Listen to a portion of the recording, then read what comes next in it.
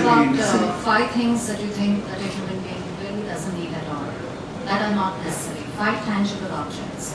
2 which are not necessary at all.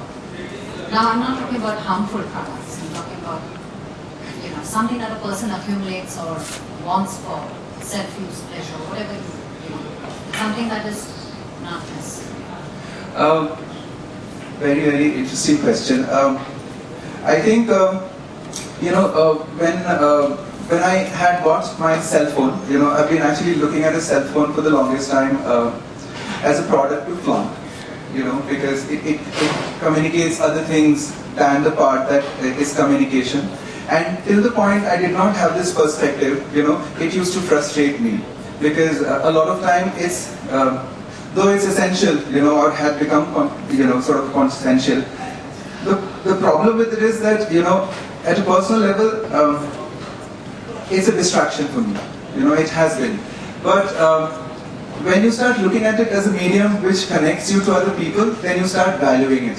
So I feel that, the perspective of creation is very important, of how you're looking at the object. That actually makes it, important or non-important.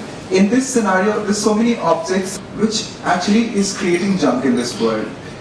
If I look at a lot of fashion products that are there, people are constantly buying it because there is an impetus which is telling you that you require it. Okay. I'll just tell you an example of makeup, right? We buy makeup for the only reason because you're constantly bombarded with images which tell you that you will not be beautiful if you don't use them. So I think this whole approach of looking at products and like bombarding you with images, which in certain sense creates a certain fear in you. You're using the product out of the fear that if you don't use it, you might look ugly. Also, you also spoke about the slightly superior approach to design or thought, the Oriental approach versus the Occidental approach. Right. It was ironic to note that most of the products that you actually showed were all Occidental. Yes. Right? Yes. I mean, these were not. See, it was very interestingly to build up this connection only. The fact that there is a thought process which now is connecting, the East and the West. The thought processes. We've talked about, not being wasteful for the longest time. It's built into our cultural systems. It's nice to see, that as a sort of emerging global phenomena. So that's what I'm trying to say. The whole idea of starting with those objects where to show that, there are certain connections which are being made. I mean, firstly, I just want to say how glad I am just to be here. And,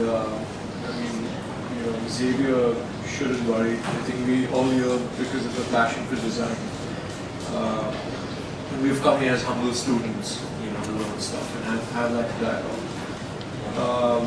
But it's fascinating, and I don't see, there's so much of talent in this room here, and I think all the 12 presentations and all the 15 presentations are going to be awesome. That I don't see the switch. I can foresee the switch happening pretty quick, when some of you all will be sitting here and probably some of us will be presenting in the future. And I love that switch to happen. You did mention you had like a teaching experience. And you're teaching? Yes, I do. I am at the moment teaching, yes. So I was just very curious to know, what is the kind of classroom environment, or what are the kind of teaching methodologies that you deploy with your students? Collaboration. Yeah, we're collaborating. Yeah, and we're looking at whoever is coming on the platform as equals, and we're not looking at artisans as somebody who only has skill, but they're also coming with an intellect and traditional wisdom. And understanding of this is what we are trying to achieve, because I think it's this mixture of both which is going to take it to another level, and that's what we're trying to do. I saw your presentation, and it's taken designing to a very spiritual level and a little bit of philosophy. So when I was seeing all this, I was just trying to say, why do you want to go to Sidonia? The last time I was in Milan was in 2001, and it was 8/11 when I was there, and then 9/11 happened.